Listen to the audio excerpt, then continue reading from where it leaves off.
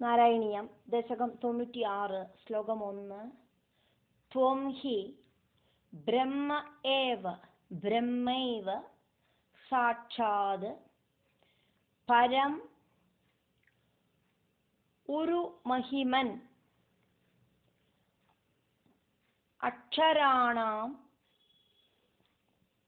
അകാരഃ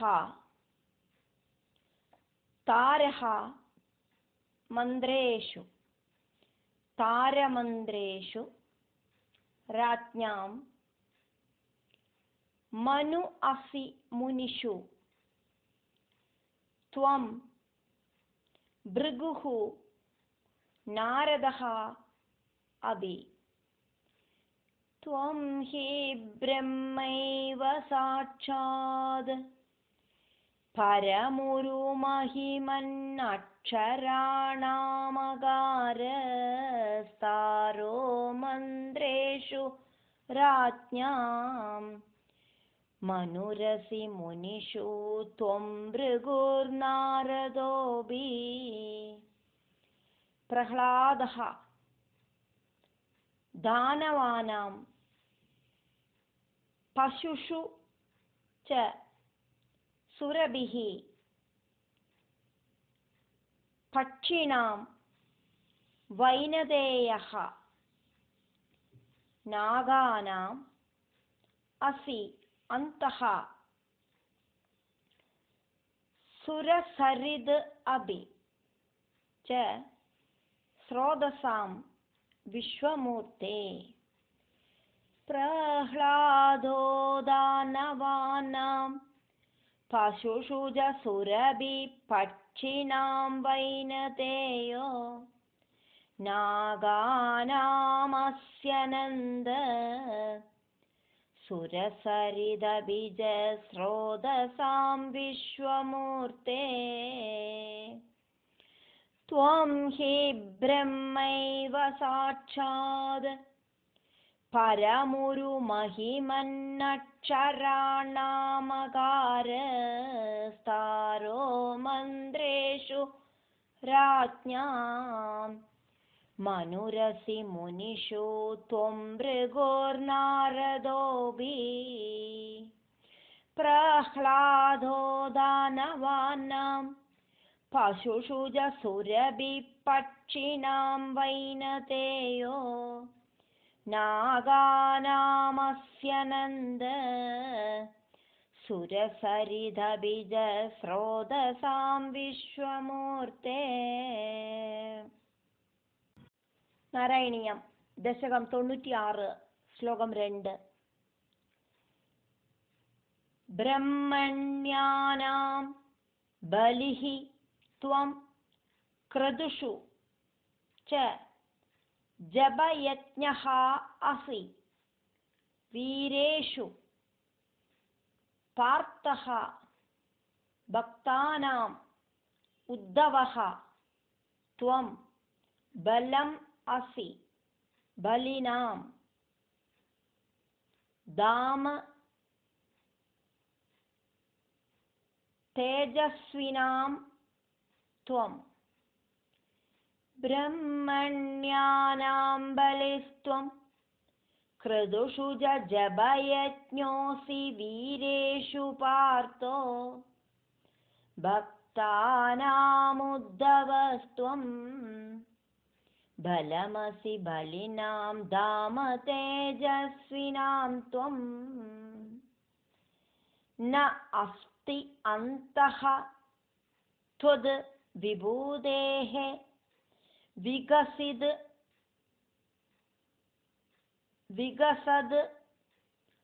അതിശയം വികസദതിശയം വസ്തു സർവം ത്വം ഏവ. ത്വം ജീവഃ ത്വം പ്രധാനം യത് ഇഹ ഭവദ് ഗൃധേ തദ് ന കിഞ്ചിത് പ്രപഞ്ചേ.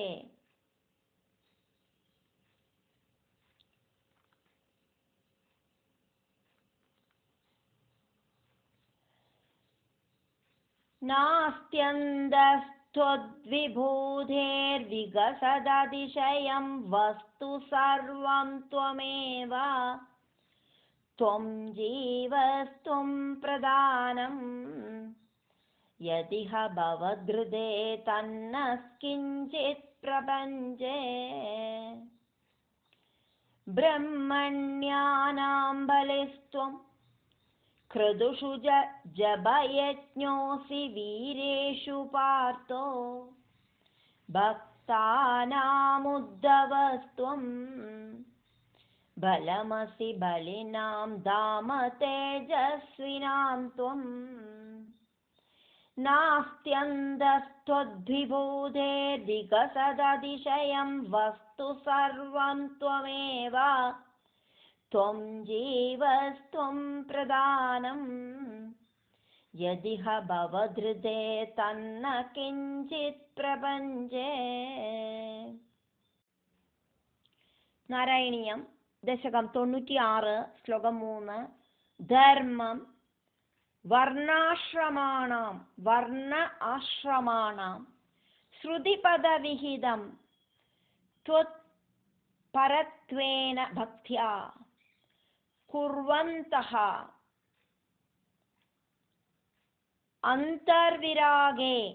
कुर्वन्तोऽन्तर्विरागे विगसति शनगैः सन्त्यजन्तः लभन्ते धर्मं वर्णाश्रमाणां श्रुतिपदविहितं त्वत्परत्वेन भक्त्या कुर्वन्तोऽन्तर्विरागे विगसति शनगैः सन्त्यजन्तो लभन्ते सत्तास्फूर्ति प्रियत्व आत्मगम् अखिल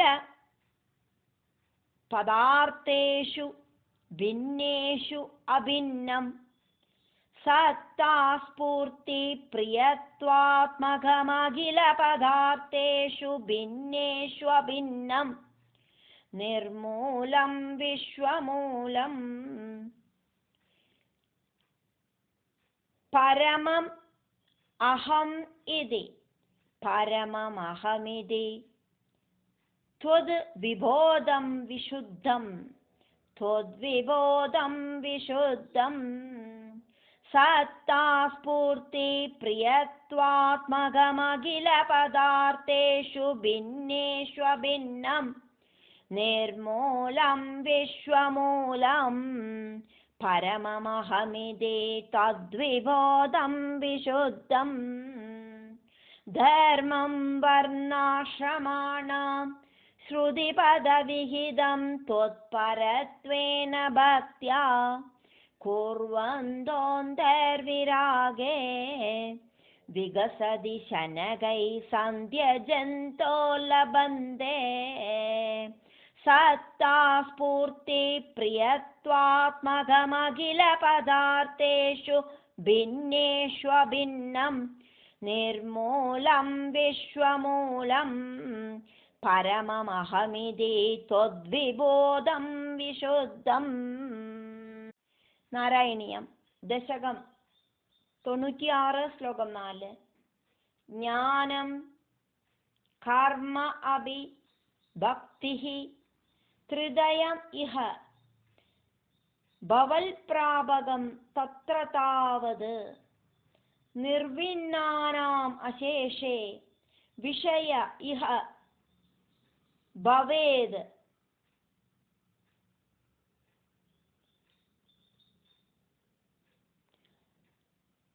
ज्ञानयोगे अधिकारः ज्ञानं कर्माभि भक्तिस्त्रिदयमिह भवत्प्रापकं तत्र तावन्निर्विण्णानामशेषे विषय इह भवेत् ज्ञानयोगेऽधिकारः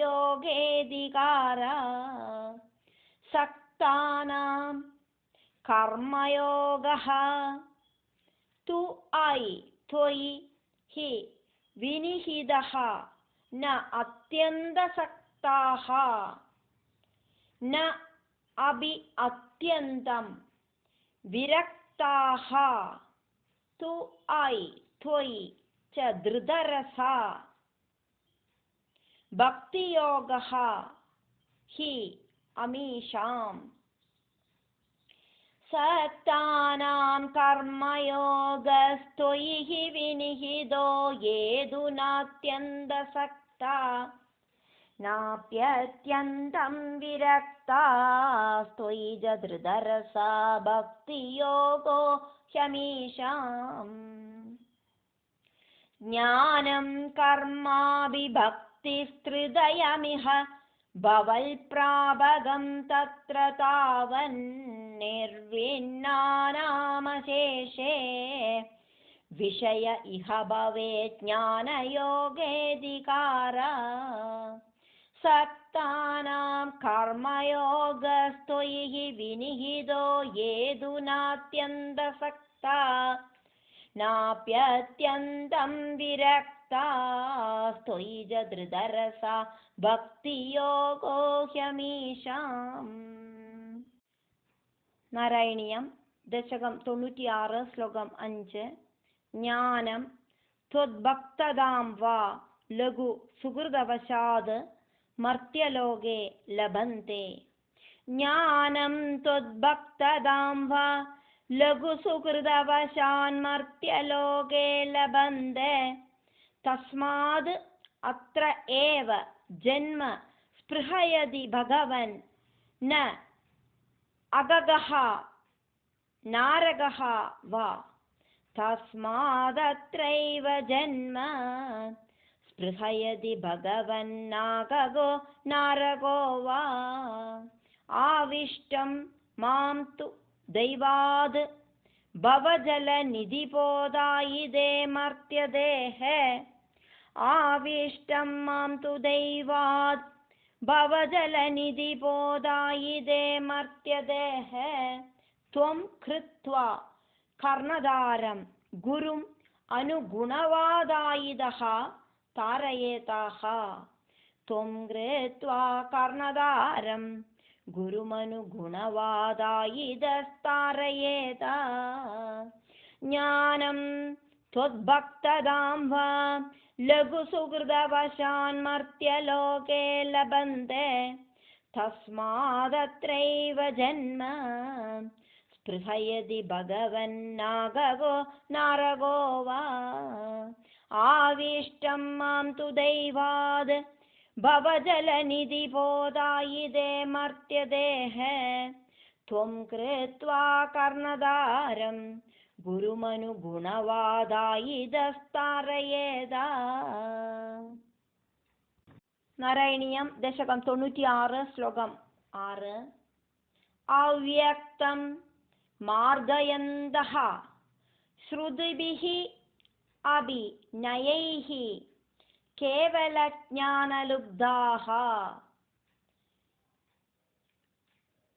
ക്ലിശ്യന്തേ അതീവ സിദ്ധിം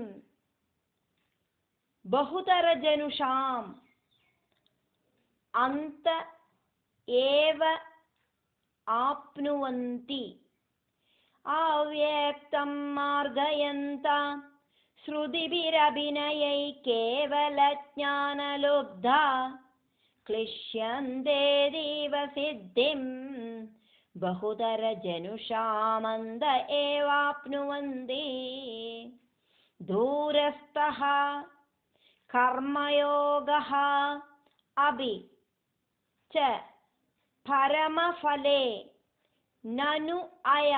നന്വയം ഭക്തിയോഗഃ ത്വാം ആമൂലാദ് ഏവ ഹൃദ്യഃ ത്വരിതം അയി ഭവത് പ്രാപകഃ വർദ്ധതാം മേ ദൂരസ്ഥ കർമ്മയോഗോ വിജ പരമഫലേ നന്വയം ഭക്തിയോഗസ്ത്വാമൂലാദേവ ഹൃദ്യസ്ത്വരിതമയി ഭവത് പ്രാപകോ വർദ്ധതാം മേ അവ്യക്തം മാർഗയന്ത ശ്രുതിഭിരഭിനയൈ കേവലജ്ഞാനലുബ്ധാ ക്ലിശ്യന്തെ ദേവസിദ്ധിം ബഹുതരജനുഷാമന്ത ഏവാപ്നുവന്തി ധൂരസ്ഥ കർമ്മയോഗോ വിജ പരമഫലേ നന്വയം ഭക്തിയോഗ സ്വാമൂലാദേവ ഹൃദ്യ സ്ഫുരിതമയി ഭവത്പ്രാപകോ വർദ്ധതാമേ. നാരായണീയം ദശകം 96 ശ്ലോകം 7. ജ്ഞാനായ ഏവ അതിയത്നം മുനിഃ അഭവദധേ ബ്രഹ്മതത്വം തു ശൃണ്വൻ. ജ്ഞാനായൈവാദിയത്നം മുനിരഭവദധേ ബ്രഹ്മതത്വം തു ശൃണ്വൻ ഗാഢം ത്വത്പാദഭക്തിം ശരണം അയതി യഃ തസ്യ മുക്തിഃ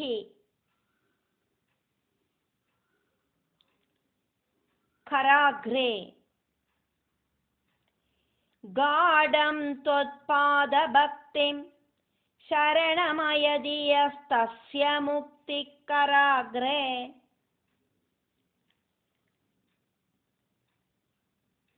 ത്വത് ധ്യാനേ അഭി ഇഹ തുല്യാ പുനഃ അസുഖരതാഃ ചിത്തചാഞ്ചല്യഹേതോഃ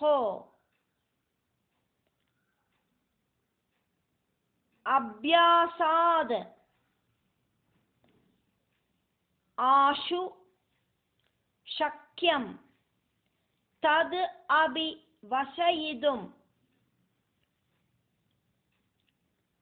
ത്വത് കൃപാചാരുതാഭ്യാം ത്വദ്ധ്യാനേവിഹ തുല്യ പുനരസുകരദാ ചിത്തചാഞ്ചല്യഹേതോരഭ്യാസാദാശു ശക്യം തദഭി വശയിതും ത്വത്കൃപാചാരുതാഭ്യാം. ജ്ഞാനായൈവാദിയത്നം പുനരഭവദധേ ബ്രഹ്മതത്വം തു ശൃണ്വൻ ഗാഢം ത്വത്പാദഭക്തിം ശരണമയതി യസ്തസ്യ മുക്തിഃ കരാഗ്രേ.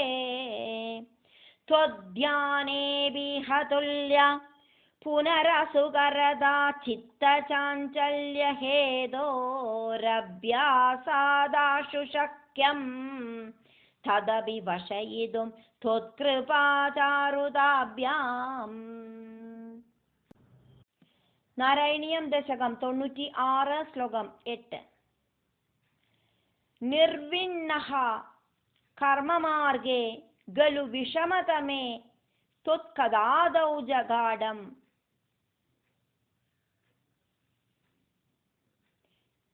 നിർവിണ്ണ കർമ്മമാർഗേ ഖലു വിഷമതമേ ത്വത്കദാദൗ ജഗാഢം.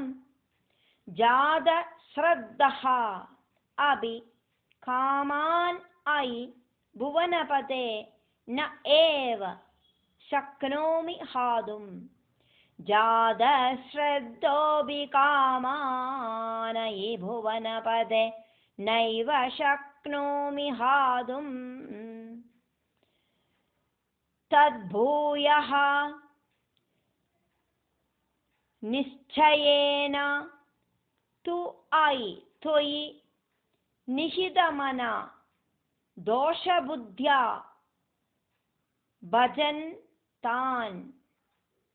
ഭജംസ്താൻ. ത്വദ്ഭൂയോ നിശ്ചയേന ത്വയി നിഹിതമനാ ദോഷബുദ്ധ്യാ ഭജംസ്താൻ. പുഷ്ണീയാം ഭക്തിം ഏവ ത്വയി ഹൃദയഗതേ മങ്ക്ഷു നങ്ക്ഷ്യന്തി സംഗാഃ. पुष्णीयां भक्तिमेव भक्तिमेव तु आई त्वयि हृदयगदे मङ्क्षुनङ्क्ष्यन्ति सङ्गा निर्विण्ण कर्ममार्गे गलु विषमतमे त्वत्कदादौ जगाढं जातश्रद्धोऽपि कामानयि भुवनपदे नैव शक्नोमि हातुं त्वद्भूयो निश्चयेन त्वयि निहितमना दोषबुद्ध्या भजंस्तान् पुष्णीयां भक्तिमेव त्वयि हृदयगदे मङ्क्षुनङ्क्ष्यन्ति सङ्गा नारायणीयं दशकं 96 श्लोकं 9 कश्चिद् क्लेश आर्जित अर्थक्षय विमलमतिः नुद्यमानः जनौघैः कश्चित् क्लेशार्जितार्थक्षय विमलमतिर्नुद्यमानो जनौघै प्राक् एवं विप्रः न खलु मम जनः कालकर्मग्रहा वा प्रागेवं प्राह विप्रो न खलु मम जना कालकर्मग्रहा वा प्रागेवं प्राह विप्रो न खलु मम जना कालकर्मग्रहा वा चेदः दुःखहेतुः तद् इह गुणगणं भावयद्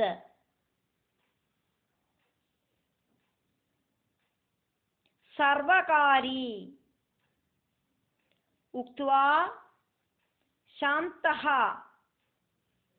गतः त्वां मम च कुरु विभो तादृशीं चित्तशान्तिं चेदो मे दुःखहेतुस्तदिह गुणगणं भावयत् सर्वकारीत्युक्त्वा शान्तो गतस्त्वां मम च गुरु विभो तादृशीं चित्तशान्तिं कश्चिद् क्लेशार्जितार्थक्षय विमलमतिर्नुद्यमानो जनौघै प्रागेवं प्राह विप्रो न खलु मम जन कालकर्मग्रहा वा चेदो मे दुःखहेतुस्तदिह गुणगणं भावयत् सर्वकारीत्युक्त्वा शान्तो गतस्त्वां मम च कुरु विभो तादृशीं चित्तशान्तिम् नारायणीयं दशकं 96 श्लोकं 10 ऐलः प्राक् ऊर्वशीं प्रति अधिविवशमनाः सेवमानः चिरं तां गाढं निर्विद्य भूयः युवतिसुखम् इदं क्षुद्रम् एव इति गायन् ऐल प्रागुर्वशीं प्रत्यधिविवशमना सेवमानश्चिरं तां गाढं निर्वेद्य भूयो युवतिसुखमिदं क्षुद्रमेवेति गायन् त्वद् भक्तिं प्राप्य पूर्णः सुखतरम् अचरद तद्वद् उद्धूतसङ्कं भक्तोत्तंसं क्रियामां पवनपुरपते हन्त मे रुन्तिरोगान् त्वद्भक्तिं प्राप्य पूर्ण सुखतरमचरत् तद्वदुद्धूतसङ्गं भक्तोत्तंसं क्रियामां പവനപുരപദേ ഹന്ത മേ രുന്തിരോഗാൻ ആയിളപ്രാഗുർവശീം പ്രത്യതിവിവശമന സേവമാനശ്ചിരം താം ഗാഢം നിർവേദ്യ ഭൂയോ യുവതി സുഖമിദം ക്ഷുദ്രമേവേദി ഗായൻ ത്വദ്ഭക്തിം പ്രാപ്യ പൂർണ്ണ സുഖതരമചരത് തദ്വദുദ്ധൂതസംഗം ഭക്തോ തം സംക്രിയാമാം പവനപുരപദേ ഹന്ത മേ രുന്തിരോഗാൻ.